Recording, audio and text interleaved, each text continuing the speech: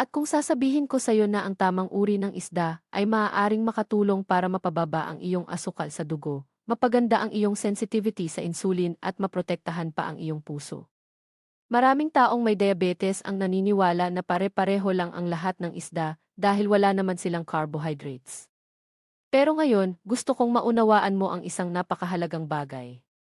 Hindi lang ito tungkol sa protina, kundi tungkol ito sa tamang metabolic na estratehiya.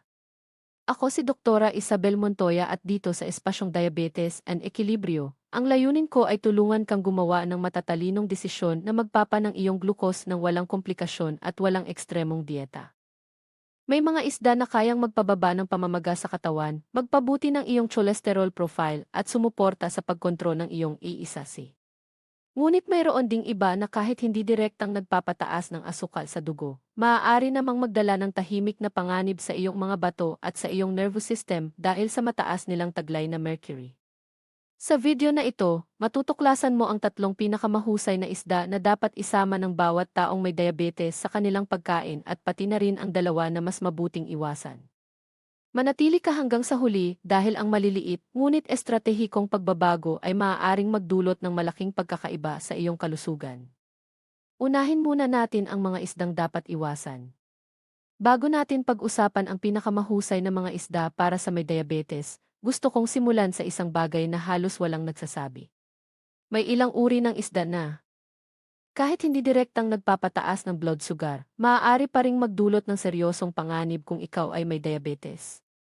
Lalo na kung mayroon ka ng anumang antas ng pinsala sa bato o talamak na pamamaga sa katawan. Ang una ay ang isdang espada.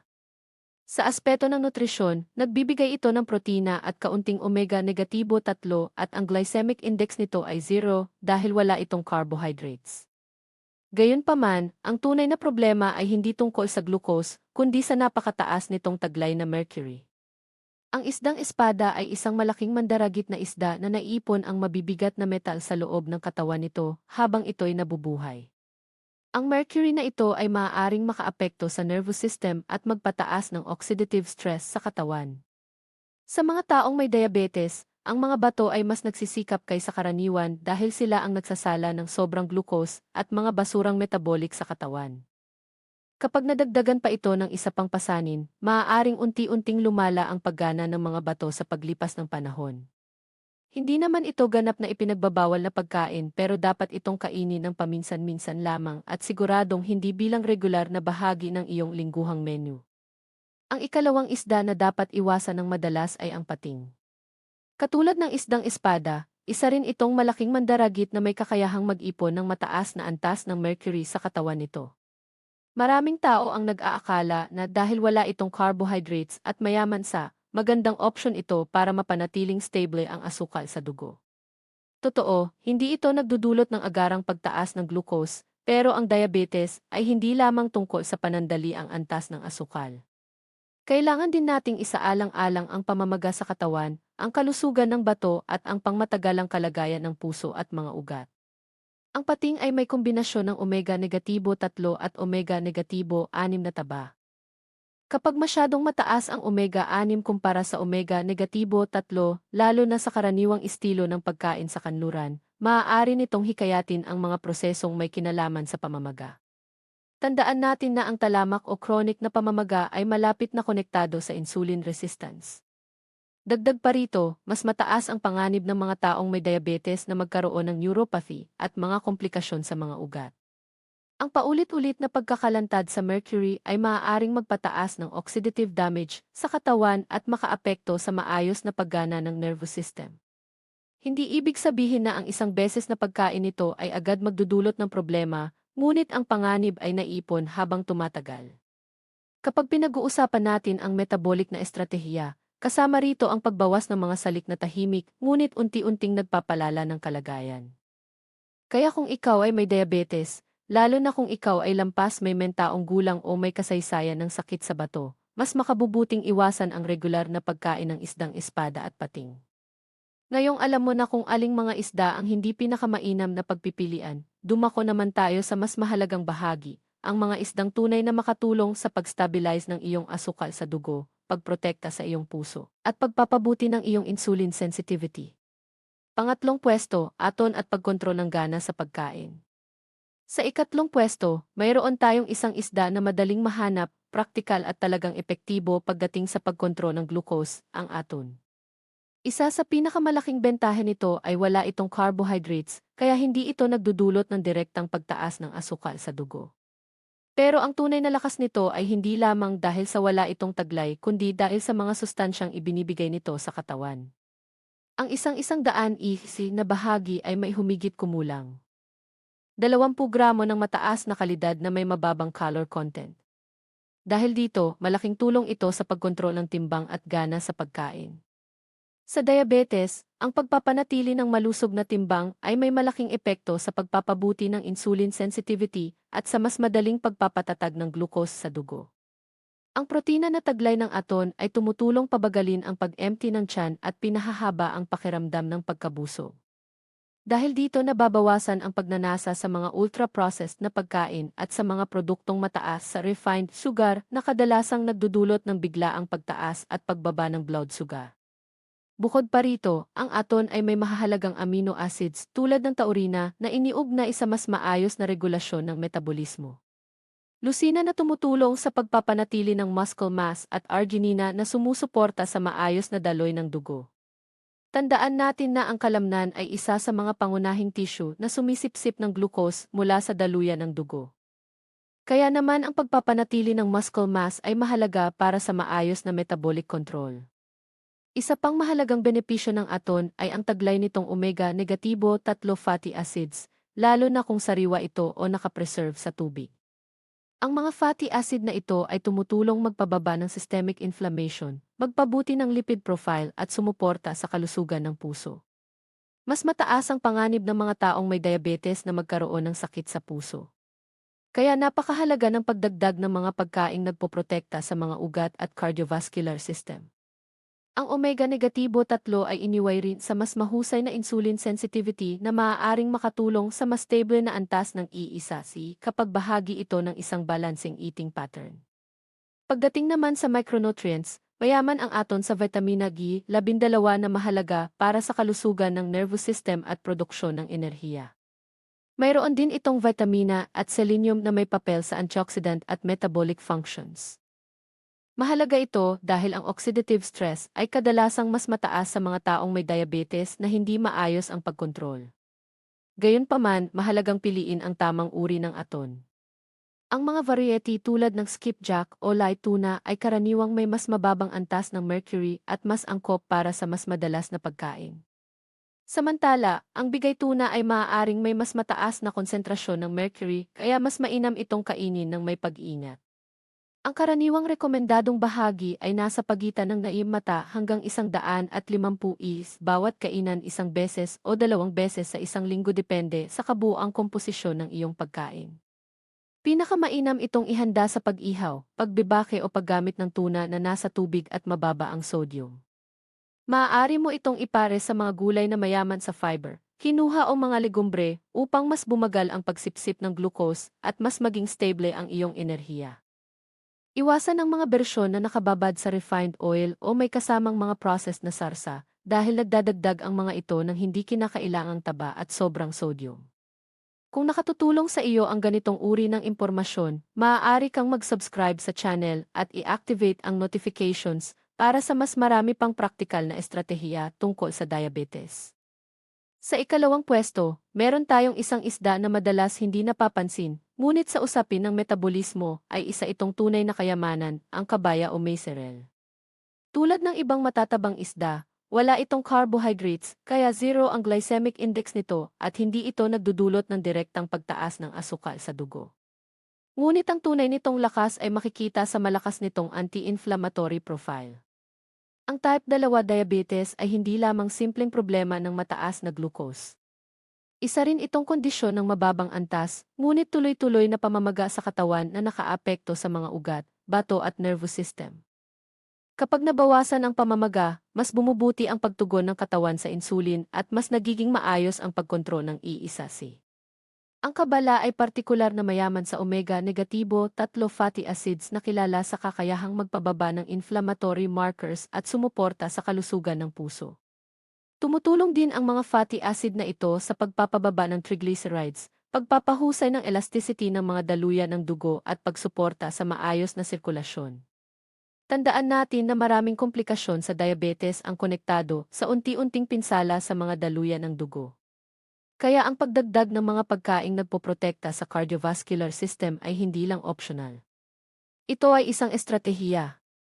Sa aspetong ina, ang isang-isang daan grong bahagi ng kabalya ay nagbibigay ng humigit kumulang 20 gramo ng mataas na kalidad na tumutulong sa pagpapanatili ng muscle mass at nagpapahaba ng pakiramdam ng pagkabusog. Ang mas mabagal na pagtunaw ay nangangahulugang mas unti-unting paglaya ng enerhiya at mas mababang posibilidad na makaramdam ng matinding gutom ilang oras pagkatapos kumain. Napakahalaga nitong epekto para maiwasan ang biglaang pagtaas at pagbaba ng glucose na kadalasang naugnay sa hindi balansing pagkain. Bukod dito, ang kabalya ay may vitaminas na may papel sa paggana ng insulin at sa regulasyon ng immune system. Maraming taong may diabetes ang may mababang antas ng vitamina, kaya ang pagsasama nito sa dieta ay maaaring magdala ng dagdag na benepisyo. Mayroon din itong vitamina B12, iron at selenium. Mga mineral na mahalaga sa produksyon ng enerhiya at proteksyon laban sa oxidative stress.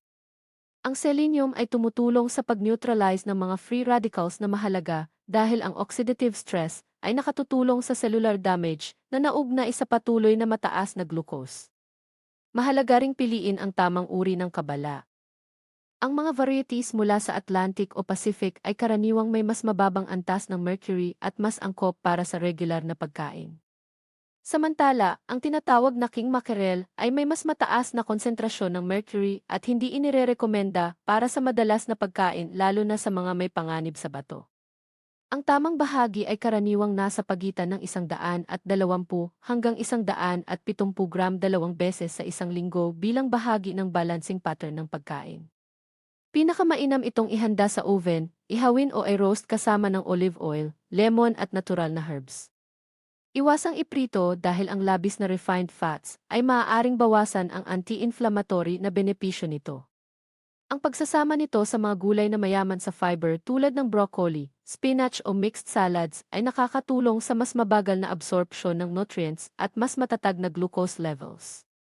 Kung ikinagulat ka sa metabolic na lakas ng kabalya, mag-iwan ka ng komento at sabihin kung isasama mo ba ito sa iyong susunod na pagkain.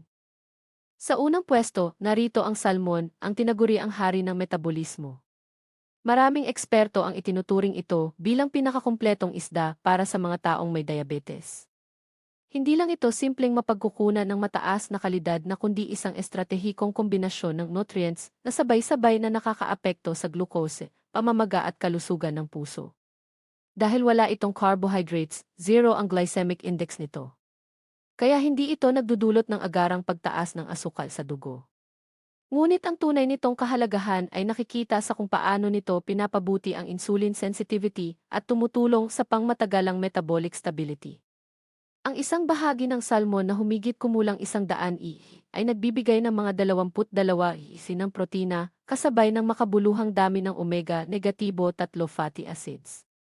Partikular ang A at E.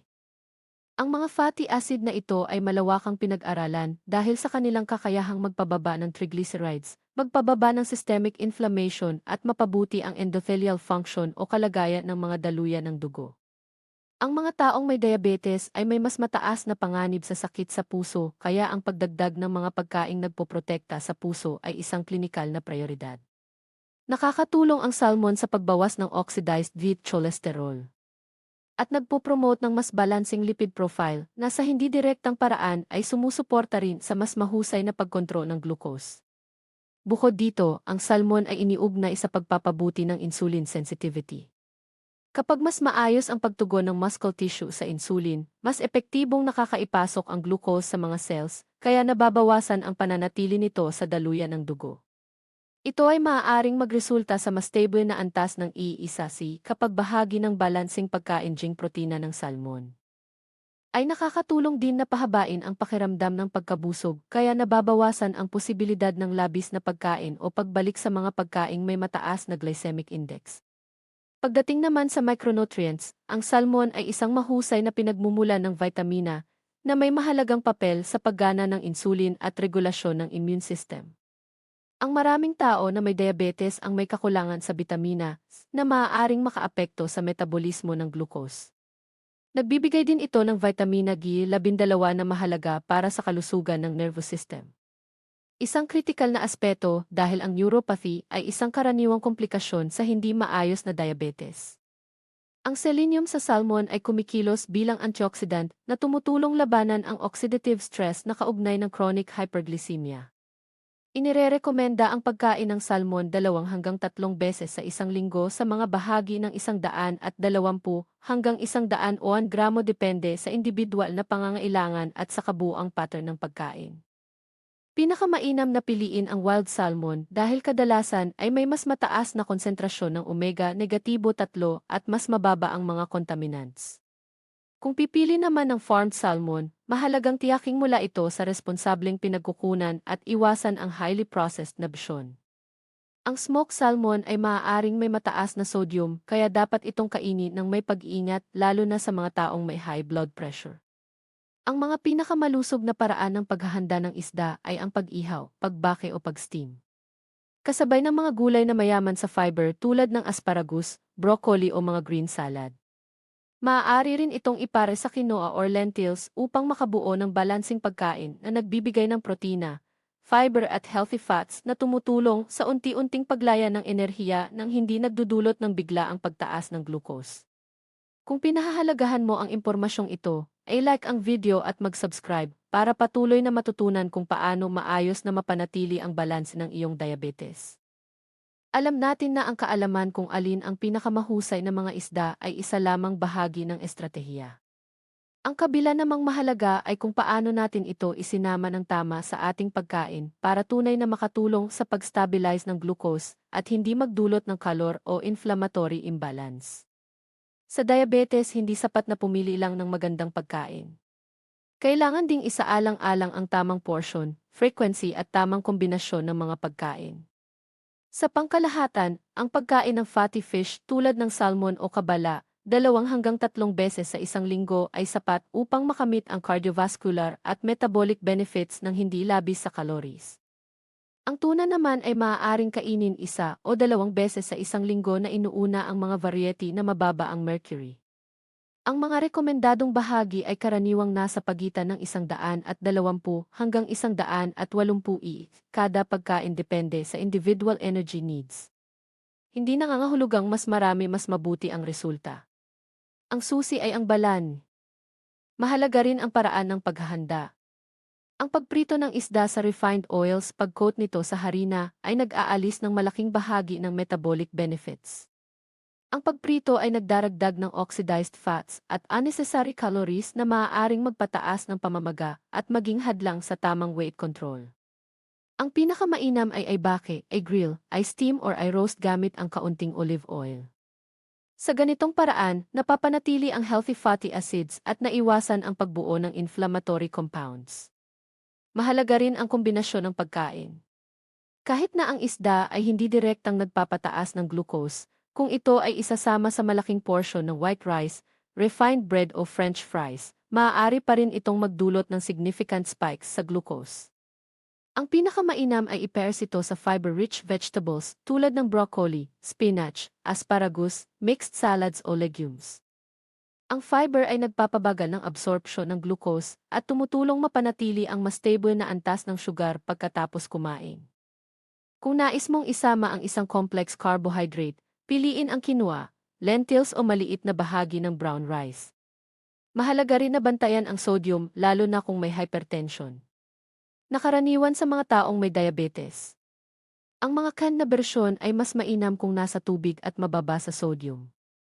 Ang bahagyang paghugas ng canned na isda ay makakatulong pang pababain ang nilalaman ng asin. Iwasan ang mga highly processed na produkto tulad ng croquettes, braided fish oil mixes na kadalasang may additives at unhealthy fats.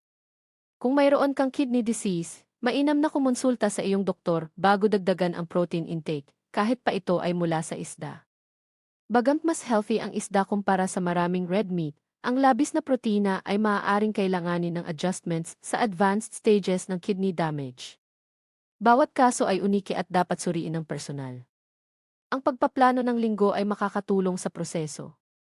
Halimbawa, maaari kang mag-include ng baked salmon isang araw, tuna salad sa ibang araw at grilled kabala sa isa pang pagkain. Ito ay nagbibigay ng iba't ibang nutrients at nakakaiwas sa pagkain na paulit-ulit lang. Ang ganitong rotation ay tumutulong upang makuha ang iba't ibang profile ng micronutrients at healthy fats nang hindi nakadepende sa isang uri lang ng pagkain. Tandaan, ang layunin ay hindi ang sumunod sa ekstremong dieta, kundi bumuo ng sustainable na eating pattern na sumusuporta sa insulin sensitivity, nagpoprotekta sa puso at nagpapanatili ng stable na enerhiya sa buong araw.